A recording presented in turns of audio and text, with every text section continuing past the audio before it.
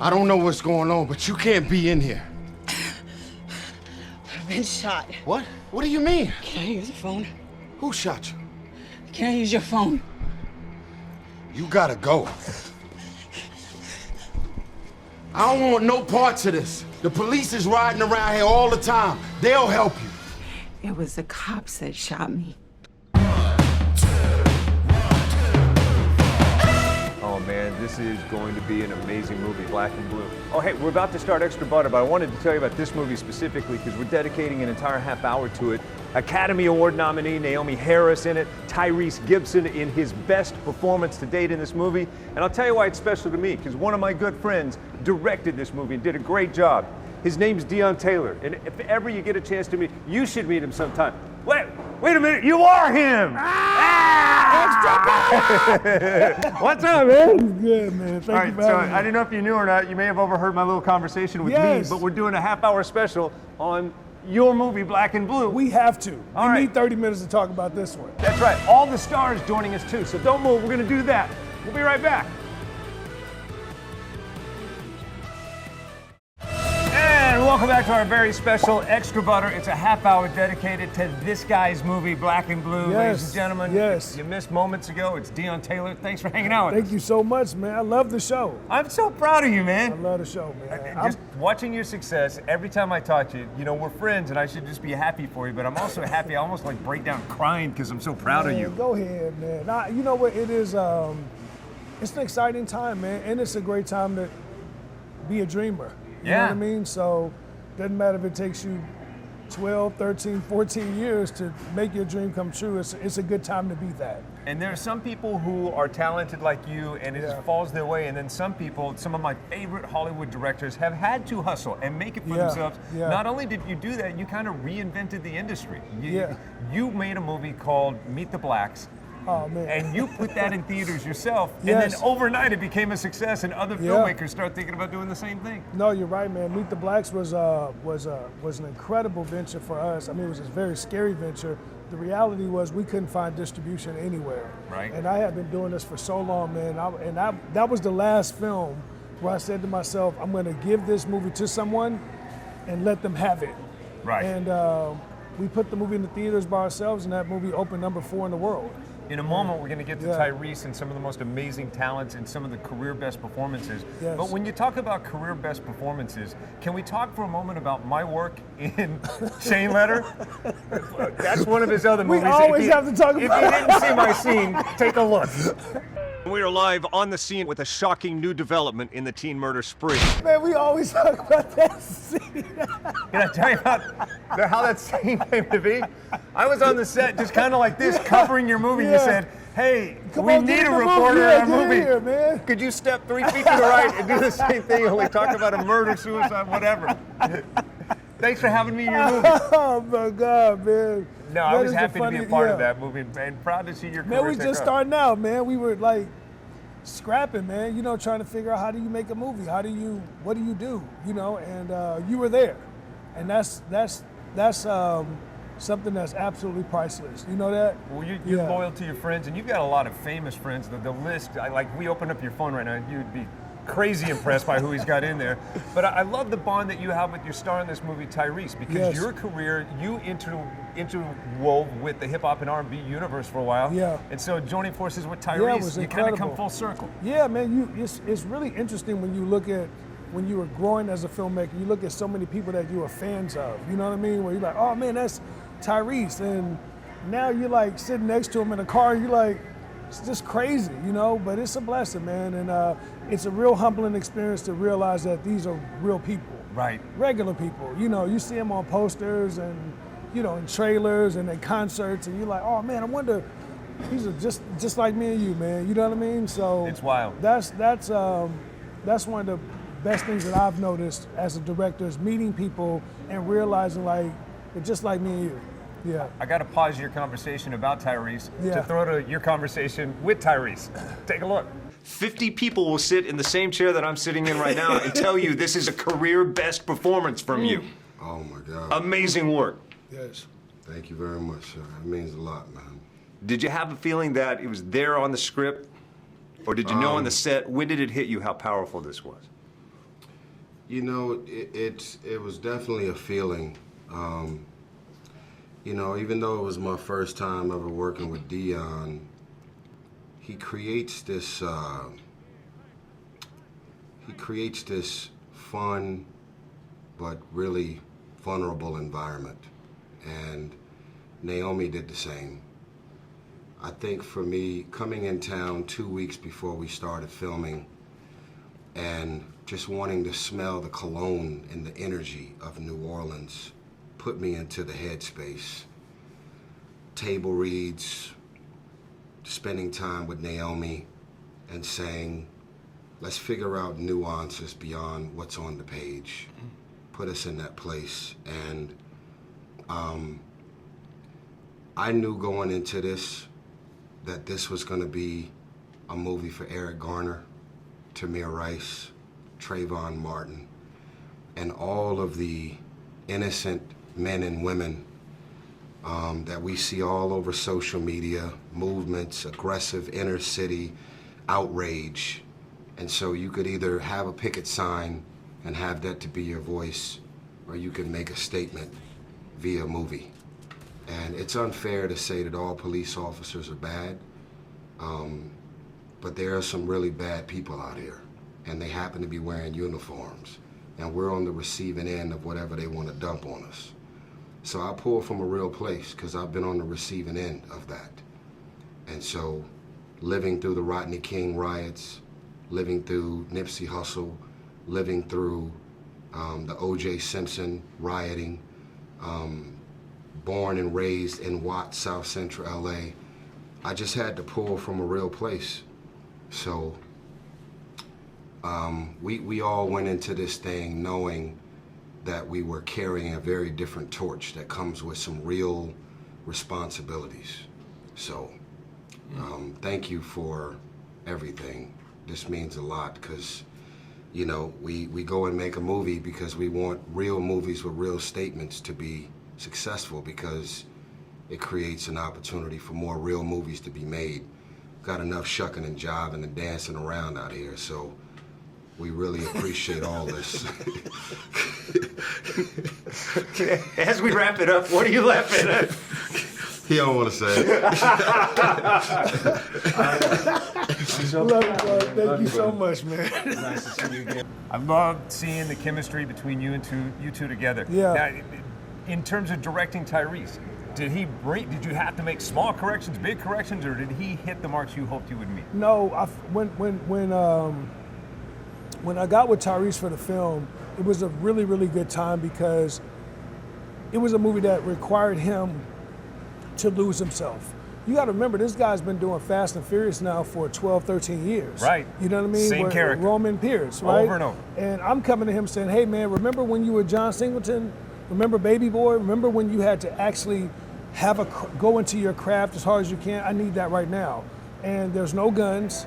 You're not the hero, right? Right. And oh, by the way, you're following someone else who's the lead, who's a black female cop. Right. That's a lot, man. That's a lot when you're an action star. And He nailed it. He disappeared in this role. Oh my God, man, he lost he lost his ego, he lost his mind, he lost everything he's supposed to lose, and went into this character and has delivered one of the most amazing performances I have ever seen. Holding his own against another great talent. How cool! How cool is it when you walk past the newsstand and you see your stars, your movie on every publication worldwide? Man, that's incredible. That's incredible. Okay, so we'll sit on this for a minute. Call that a tease. Yeah. Coming up in a moment, this young lady, Naomie Harris, one of the greatest talents you're ever going to know, especially in this movie, joins us next. Naomie, wow. Check it out. Hey, welcome back to Extra Butter. Don't mind us, we're just perusing through my, my Shape magazine that just came in the mail. Deon's checking out his star, Naomie Harris, star of Black and Blue. The star, man. I want to go back to my original question. How cool is it when you're walking through, you're in the checkout line in the supermarket, and the stars of your film are on every publication worldwide? That's priceless. You have, I can't even push through the camera lens how that makes me feel. This movie's incredible, and I will tell you this is exclusive. This young lady quit acting So after doing 28 Weeks Later, after doing Moonlight, being nominated for an Academy Award, after doing Bond, I reached out to her with this script, and she had quit acting. She was done. She was living in London. She was like, I don't want to act anymore. Yeah. And I said, well, what's going on? She was like, this script is really interesting to me, though. And she had taken about 1.5 years off, and this is the first movie that Naomie came back to do, and she blew this one out the water, man. I'm telling you. Yes, I'm so glad she took the role. In fact, I caught up with Yes. her as well in New York City to say, why this movie? Why did it bring you back? Take a look. I was so thrilled that you posted my interview with Deon. Actually, that would have been Deon's interview with me. Yes, yeah, he put you right on the spot there. Exactly. He said, hey man, do you mind if I do some social media while you got your life set up? And he started doing it, and then he called me into it. One of the dopest critics in my area. He said dopest. I loved how you were prepared with my magazine cover though as well. I carry your magazine. This is one of the few times in the last 3 days I haven't had your magazine with me. Very disappointed. Congrats on everything. Thank you. This movie is so remarkable. When you got the call, did you get the pitch or did they just send you a script? Which came first? No, so I was taking a break from acting at the time, and I was like, I don't know whether I want to do acting. I was exploring other things. So I told my team, please don't contact me for a whole year. I just need a whole year off. And 8 months in, they sent me this script. And I was like, guys, I said to you, I'm not like reading anything. But they're like, no, but just read this script.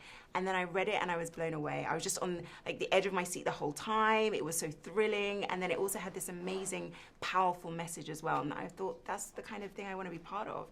I want to be part of movies that are exciting and thrilling, but also have a really powerful message. And I think I said this when Deon was putting me on the spot, that it's one of those movies that's going to entertain you, but at the end of it, you're going to walk away ready to make a change. And also with a nugget of knowledge of how you might go about doing that. Yeah. How would you do it? I'm interested. How would I make a change? Just to, like, I need to lean towards the people that have the ideas, and there are lots of people that have great ideas, and support them. Yeah. Because can I step into firsthand experience of what it's like to be an African American in America? No, but can I find empathy with them and help support them in their cause? Absolutely.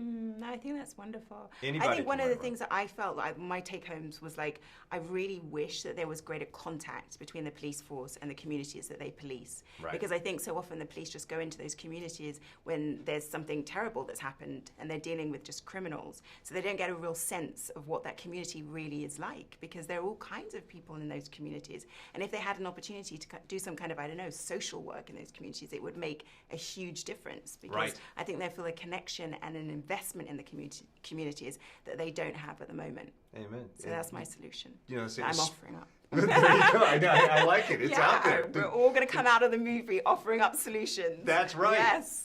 Her work is remarkable. I want to bring up stuff, but it's going to plot spoil for you. But something happens to her character in the first act of this movie, and then she has to carry that the rest of the movie. And that duress and the way she does it, Academy Award nominee should be. That's what we're talking about. We need to have that. Yeah, and you know what else is really cool? With this film, the subject matter that it touches on right now, right? Yeah. So we have all these things that are going on in the news politically. We're seeing all this body cam stuff. And what this movie actually does is it puts you in the vehicle if you were a police officer. Right. Right? And the reality is right now we're dealing with, like, what is a whistleblower, right? Sure. A whistleblower is someone that sees something that could actually hurt you, and they raise their hand and say, I'm not a part of that. I want to expose that. Right. And if you think about all the people that have been murdered on these body cameras, right? Just taking a political turn. Of course. If the fourth or fifth or sixth officer that was behind that physically seen it with their own eyes said, hey man, that wasn't right what y'all just did, you would have a completely different layout than what we're seeing now. And the reality is that's the code between black and blue. The reality is blue and black don't merge. And what she's doing in the film is she's basically saying we have to blur those lines. How could you be of the community and the community is scared of you? And we cannot get to a point to where that line is constantly being the way it is. Because now you have people that do not want to call the police. Right. You know what I mean? And what she's doing is she's saying, no, I'm from this city.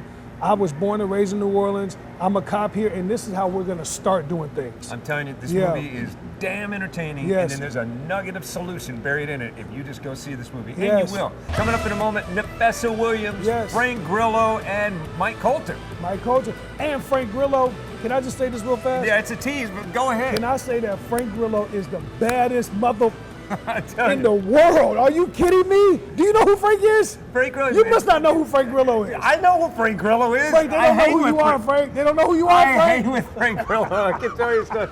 This guy, next to the Joker, he might be one of the scariest things I've seen in the movies recently. Man, I love Frank. Talking about him next.